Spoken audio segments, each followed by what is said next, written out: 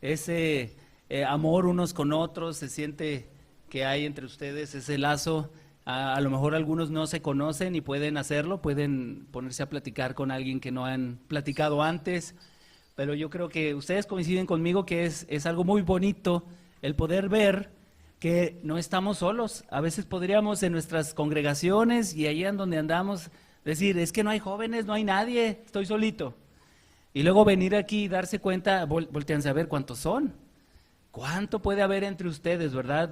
Muy bonitas amistades, muy bonita relación de hermanos entre ustedes. Esperamos que estas reuniones estén logrando el objetivo, que es que ustedes se den cuenta de que hay muchos jóvenes como ustedes y que las inquietudes que ustedes tienen no son los únicos en tenerlas, sino que son varios, ¿verdad? Y que pueden entre ustedes fortalecerse. Y por otro lado, esta reunión sugeriría yo y esperaría que ustedes vayan creciendo también en participación.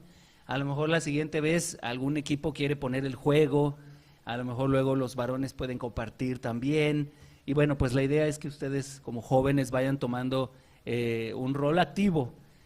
Por el día de hoy, si me permiten, me gustaría expresar brevemente algo, quizás suene un poquito contradictorio, porque hoy es Día del Amor y la Amistad. Y yo preguntaba en la mañana a otro grupo de jóvenes y niños, a ver, ¿quién tiene amigos? Levanten la mano. A ver, levanten ustedes, les hago la misma pregunta. Levanten la mano los que tienen amigos. Si hay alguien que no levanta la mano, pues ahí les encargo a todos buscar a esa persona a la salida y hacerse su amigo. A ver, levanten bien la mano todos los que tienen amigos, o por lo menos uno. Por lo menos uno, ¿verdad? ¡Qué bien! Ahora, por favor, vuelvan a levantar la mano los que han tenido en algún momento algún desacuerdo.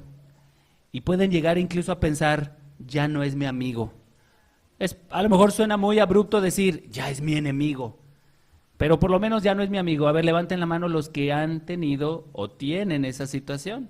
Sean honestos, ¿no? Hay algunos que nunca han tenido ninguna dificultad. Muy bien, Alan, muy bien. Pero para todos los demás, a veces nos ha pasado que tenemos una situación con alguien. Y aunque hoy es Día de la Amistad y es 14 de febrero, pues yo sugeriría que también tuviéramos un día de la enemistad, no para ir a pegarle a esa persona, para ir a encontrar en esa situación lo que Dios quiere trabajar en mi vida, ¿sí? Y quiero usar como ejemplo de esto, esta ilustración que ven acá, el pueblo de Israel vagando por el desierto, es una clara expresión de cómo Dios usa los enemigos preparado con anterioridad para nuestro bien. Les comento de una historia, por cierto, aquí está el pasaje, ¿verdad? Cuando Dios le dice al pueblo de Israel, en este tiempo de enemigos, dice el Señor Jesús, cuando ha sacado fuera todas las propias, va delante de ellas y las ovejas le siguen porque conocen su voz. Ahorita hago referencia a este pasaje. Había un predicador muy conocido en Inglaterra por ahí de los años 1700. Su nombre era George Whitefield. No sé si lo pronuncié bien, ahorita me corrigen, ¿sí? Y este predicador, George Whitefield, un evangelista muy poderoso, compartió muchísimos mensajes y para muchos fue bendición lo que él decía, pero para muchos otros fue ofensa, ¿sí? Y como en ese entonces no había internet, no le mandaban correos electrónicos de odio ni le hacían publicaciones, ¿cómo las llaman esas publicaciones de haters? No había internet, pero le mandaban mucha correspondencia expresándole todo el odio que le tenían por lo que decía. Toda su inconformidad, toda su burla. Y cuenta George Whitefield que eso lo desanimaba, pero a lo largo del tiempo aprendió que aún la respuesta de los enemigos era preparada por Dios para su bien y que merecía una respuesta honesta de parte de él para poder lidiar con sus opositores. Y él a cada uno de sus opositores o cada uno de sus haters le escribía una carta de vuelta. ¿Quieren saber qué les decía él?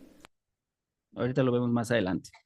El viaje de ustedes como cristianos, ¿sí? El joven que dice, como decía ahorita mi hermano Ricardo, que dice, yo cuento con Dios en mi vida, pues comienza un viaje que pronto se da cuenta no es nada fácil. Está lleno de obstáculos y de enemigos. Es muy parecido al pueblo de Israel vagando por el desierto. Dios intencionalmente preparó al pueblo de Israel a través de su travesía en el desierto y a través de los obstáculos y las pruebas para obtener algo bueno de ellos. ¿Sí? Vamos a ver algunas de esas características que podemos aprender. Lo importante, muchachos, es que podemos contar con que el Señor no nos está nomás enviando. El joven cristiano no sienta que Dios lo envía. Ándale, vas a vivir como cristiano y a ver cómo te va. Aquí lo vemos en este pasaje. El joven cristiano puede, haciendo otra vez referencia a los números, puede contar que Dios no solo guía, va adelante. Y lo hizo con el pueblo de Israel, iba delante de ellos en una, a ver, ¿en qué? ¿Se acuerdan? ¿Cómo se manifestaba su presencia? En el día era una nube que los cuidaba del sol y en la noche era una columna de fuego que los calentaba del intenso frío del desierto. Dios siempre les hizo sentir su presencia. Es lo que dice aquí Juan 10:4 al decir Jesús que Él va delante de ellas. No nomás les dice a ustedes, vas a ser cristiano. Bueno, muy bien, a ver, ¿cómo le haces? Él va delante de ti, tú puedes contar con Él. Y lamentablemente, esa presencia de Dios en nuestra vida, muchos no lo llegan a experimentar. Muchos no lo ven como el sentimiento abrumador que es el saber, Dios está conmigo. Y si tengo esta dificultad, o si voy a la escuela y ahí hay objeto de burla porque yo digo que soy cristiano, la presencia abrumadora de Dios es algo que si tú estás dispuesto a experimentarlo, te va a fortalecer, estés donde estés. Él va delante de las ovejas, no nada más las manda ahí a ser devoradas, a que estén expuestas al peligro. ¿Sienten ustedes la presencia de Dios en sus vidas?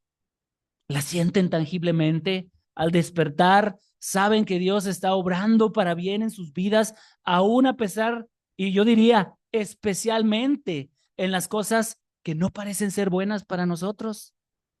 Nuestro deseo es que todos ustedes experimenten esa presencia de Dios porque Él quiere eso para ustedes y es real.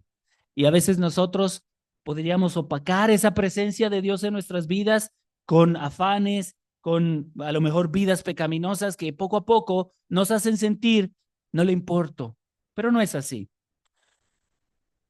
No necesitamos o no necesitan ustedes que están descubriendo un camino, no necesitan descubrir su propio camino, ¿sí? Algunos cristianos hacen sus propios planes, diseñan sus propias vidas, pero no fue lo que Dios permitió al pueblo de Israel. Dios no les permitió hacer sus propios planes, no les dijo un mapa, aquí está, traza la ruta como tú quieras, porque ellos hubieran escogido ir por la ruta turística, ¿verdad? No les dijo eso. Les dijo a dónde ir y sabía él que iban a enfrentar escasez de agua o escasez de alimento o, como el tema de hoy, enemigos. Sabía Dios que por donde los iba a mandar iba a haber enemigos. Nosotros podemos deleitarnos en el plan que tiene Dios para nosotros, aún en medio de esas dificultades. Eso es lo que Él quiere obrar en ustedes. Así que los israelitas enfrentaron todo tipo de enemigos, ¿sí? Hoy en día los enemigos nos pueden desanimar y desaniman a muchos jóvenes cristianos de seguir fieles al Señor, pero es porque ignoran algunas cosas que yo quiero a ver si puedo expresarlas hoy de manera correcta. La primera cosa es, mis hermanos jóvenes, nunca deben enfrentar a los enemigos en sus propios términos, ni en los términos de los enemigos, ni en sus propios términos, sino en los términos de Dios. Los enemigos se enfrentan en los términos de Dios, no los nuestros. Y como ejemplo, se mencionó la semana pasada David y Goliat, ¿verdad? David claramente expresa en 1 Samuel 17:45, tú vienes a mí con tus planes, tus armadura y tu lanza y tu espada, pero yo no vengo con mis planes, yo vengo en nombre de Jehová de los ejércitos.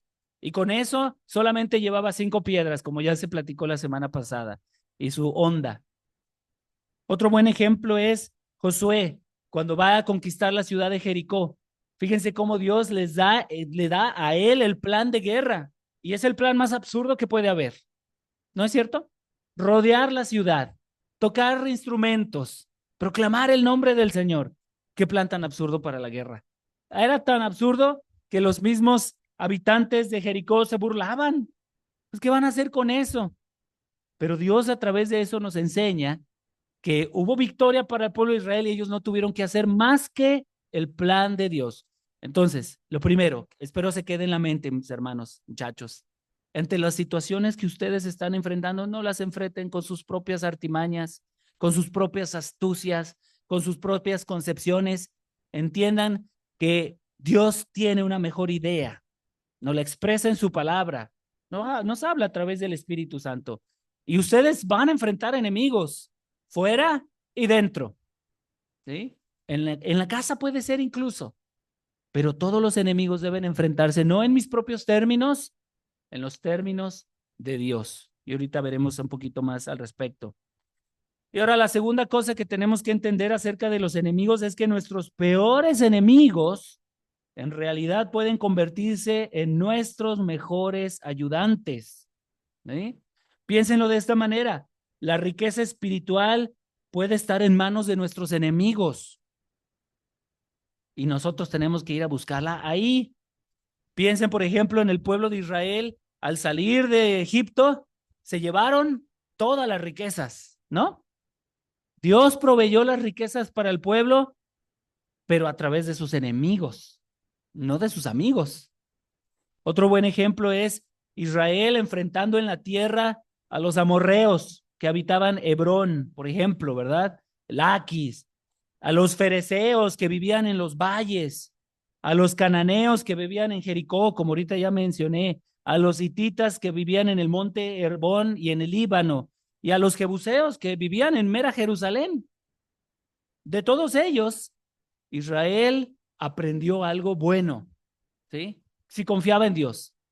Entonces, uniendo esos dos pensamientos, que voy muy rápido, mis hermanos, jóvenes, ante las situaciones que no nos agradan y las enemistades que podríamos tener, dos cosas hay que recordar. Uno es que hay que lidiar con eso en los términos de Dios, no en mis propias venganzas, no en mis propias concepciones. Cedamos a Dios que Él sea el que plantee los términos. Y dos, en los términos de Dios, nuestros enemigos se convierten en nuestros mejores ayudantes. ¿Sí? Desarrollan en nosotros cosas que no podríamos desarrollar de otra manera más que enfrentándolos. No nos desanimemos al enfrentar estos enemigos. Recuerden, Dios nos llamó a un mismo cuerpo que se ayuda entre sí, pero también podemos encontrar, fíjense bien, en los desacuerdos podemos aprender dependencia de Dios. Podemos aprender paciencia, tolerancia, amor. Y claro, somos llamados a tratar de arreglar cualquier desacuerdo, especialmente si es entre hermanos. La Escritura dice, en cuanto dependa de nosotros, estad en paz con todos los hombres. ¿Sí? Y nos dice además hacer bien especialmente o mayormente a los de la familia de la fe. Pero yo quiero comentarles lo que George Whitefield encontró luego de razonar de todas esas cartas, ¿verdad? Esos enemigos nos debilitan en el viaje que queremos concebir, pero lo que George Whitefield fue revelado al Espíritu Santo a él fue lo siguiente que luego le escribió en carta a cada uno de sus enemigos. Les dijo esto: le agradezco sinceramente su carta, aunque eran cartas de odio, ¿verdad? En cuanto a lo que usted y mis demás enemigos están diciendo en mi contra, me parecería que los iba a amenazar. Y miren lo que dice: yo sé peores cosas acerca de mí mismo que las que ustedes podrán alguna vez decir de mí. Y a pesar de eso, Cristo me amó.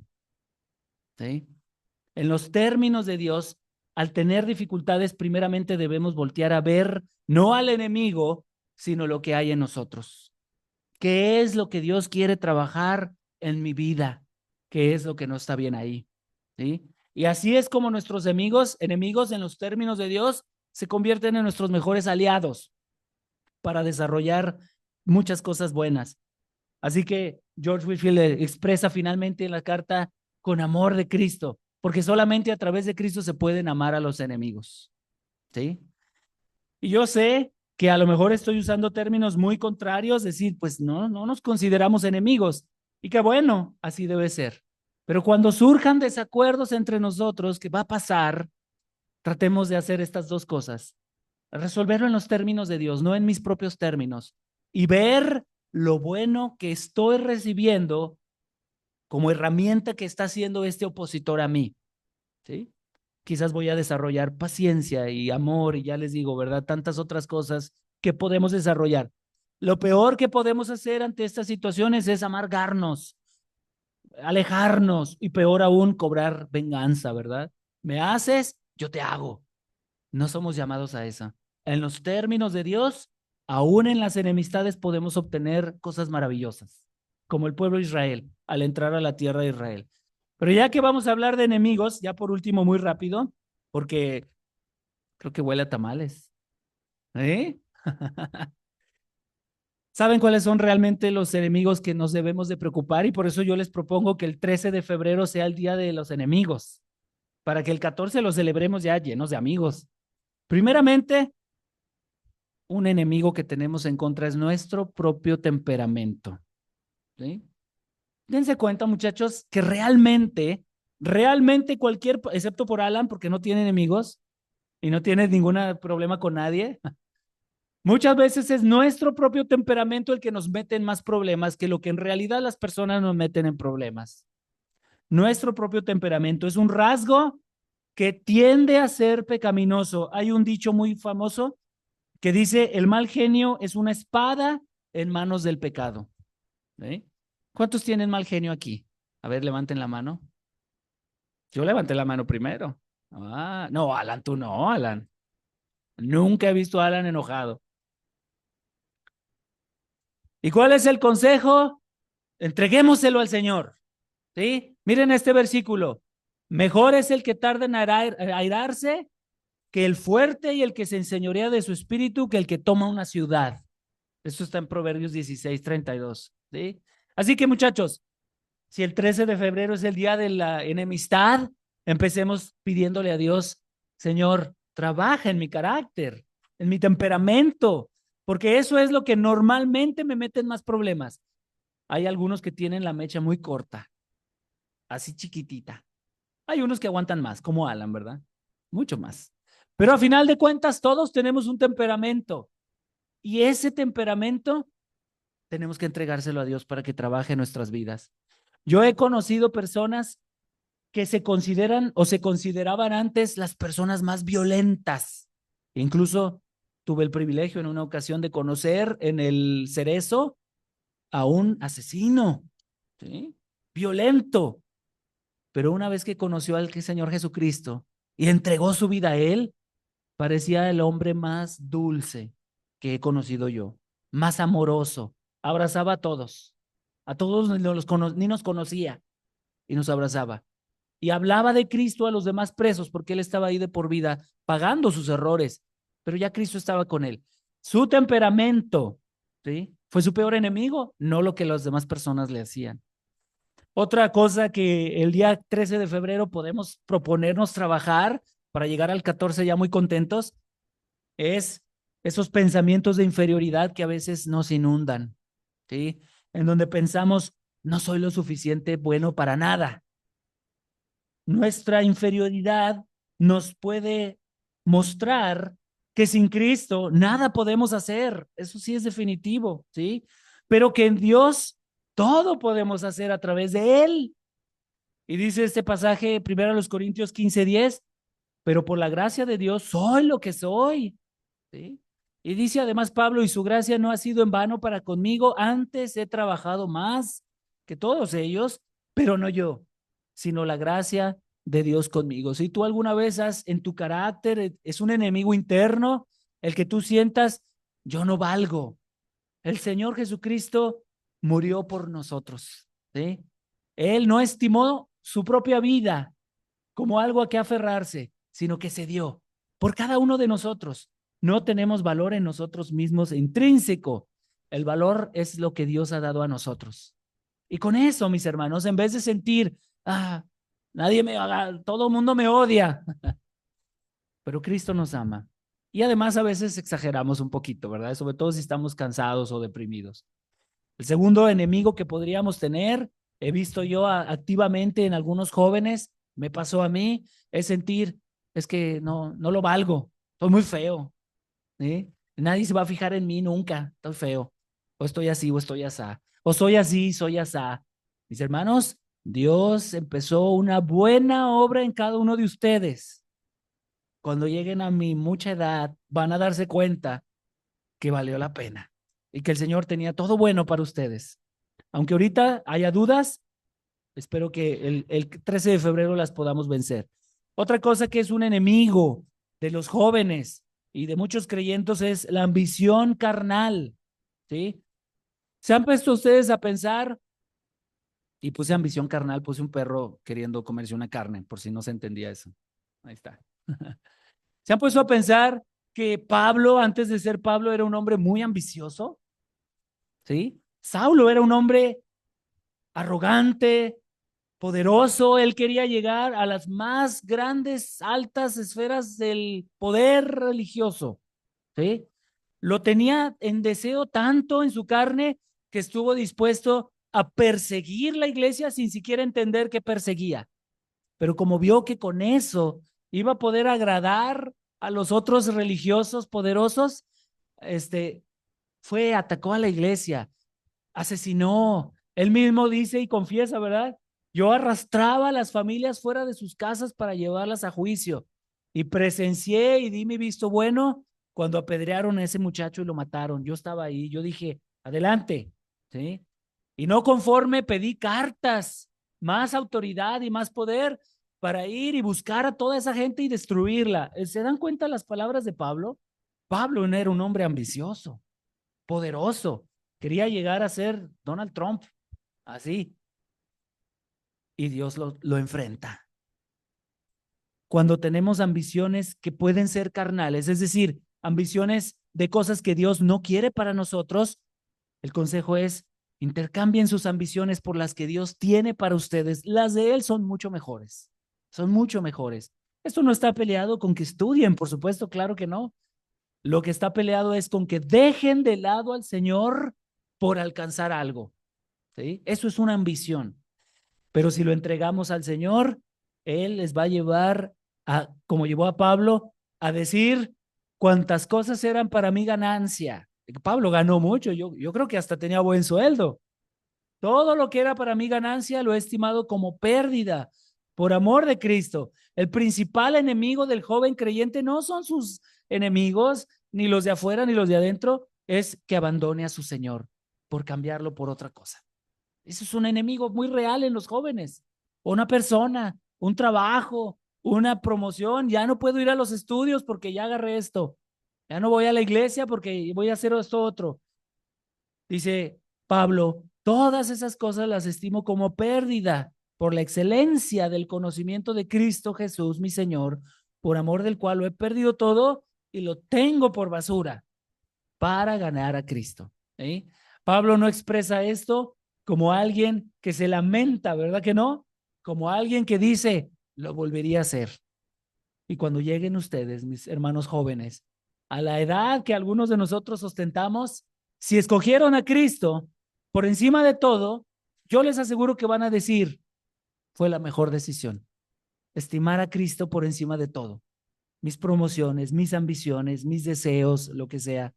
Y por último, un enemigo que sí es real en la vida de los jóvenes, pues les digo, para el 13 de febrero, pues es la rebelión. ¿Sí? La rebelión. Pues aunque mi papá me diga y aunque los hermanos me digan y aunque la Biblia me lo diga, yo no voy a obedecer. ¿Sí? Ese es el peor enemigo de los jóvenes, su propia rebelión. Pues algo que podíamos festejar el 13 de febrero, ir en contra de esas cosas. La Biblia nos anima. Aquí está el Salmo 37. Confía en Jehová y haz el bien y habitarás en la tierra y te apacentarás de la verdad. Deleítate a sí mismo en Jehová y Él te va a conceder las peticiones de tu corazón. Y yo pensaría, ahora hablo a todos los que ya ostentamos canas, no creo que ninguno de nosotros podría decir, no, a mí Dios todavía me debe. ¿Verdad que no? No, es que no es suficiente. Me decepcionó. Y yo creo que ninguno de los que estamos aquí lo diríamos, por eso estamos aquí, para decirles, confíen en Jehová, hagan lo correcto. Y cuando lleguen a nuestra edad, van a decir, fue la decisión correcta. Encomienda a Jehová tu camino, confía en Él y Él hará. Claro que hay que mencionar, ¿verdad? Tenemos un enemigo que es Satanás, quien a pesar de que nos odia, porque nos odia, ¿verdad? Pero él mismo no sabe que en realidad está trabajando a nuestro favor. Él no sabe que está en realidad ayudándonos. Lo digo por Job. Cuando el ataque de Satanás fue feroz a Job, a su familia, a sus cosas y a su misma salud, Dios obró para bien y construyó un mejor Job sin siquiera darse cuenta. Pensando que lo iba a destruir, lo fortaleció. Pensando que le iba a quitar, le terminó dando más. Pienso también incluso en Judas. Dios usó su mala ambición, que nosotros podríamos decir, nos cae mal Judas. Dios usó la ambición de Judas para llevar a Cristo a la cruz, para que pagara por nuestros pecados. Dios sí sabe el resultado final. Ni siquiera Satanás lo sabe, y mucho menos nosotros. Por eso es que vale confiar en Él. Cuando confiamos en Él y le permitamos obrar viendo nuestros enemigos como lo que son, ayuda para nosotros. Y cuando vemos nuestros reales enemigos, nuestro temperamento, nuestro desánimo, o sentimiento de inferioridad, nuestras ambiciones carnales, nuestra rebeldía, nuestros verdaderos enemigos. Entonces, podemos voltear nuestros corazones y alegrarnos en Dios porque nos va a llenar de esperanza. Miren este pasaje, Isaías 54:17, y con este termino. Dice, no prevalecerá ninguna arma que se forje contra ti. Toda lengua que te acuse será refutada. Esta es la herencia de los siervos del Señor, la justicia que de mí procede. Y esto lo asegura el Señor. ¿Sí? Y bueno, pues si ustedes están de acuerdo, el 13 de febrero podríamos recordar a nuestros enemigos como lo que realmente son. Y a nuestros verdaderos enemigos, las cosas que debemos que renunciar a ellas y dejárselas al Señor para que nos vaya bien. En este viaje que están ustedes empezando algunos y algunos un poquito más, todavía les queda mucho. Confíen en el Señor, Él los guiará a buena tierra. Muchas gracias, espero haber sido lo suficientemente breve. Creo que tenemos ahora una participación especial. ¿Está lista la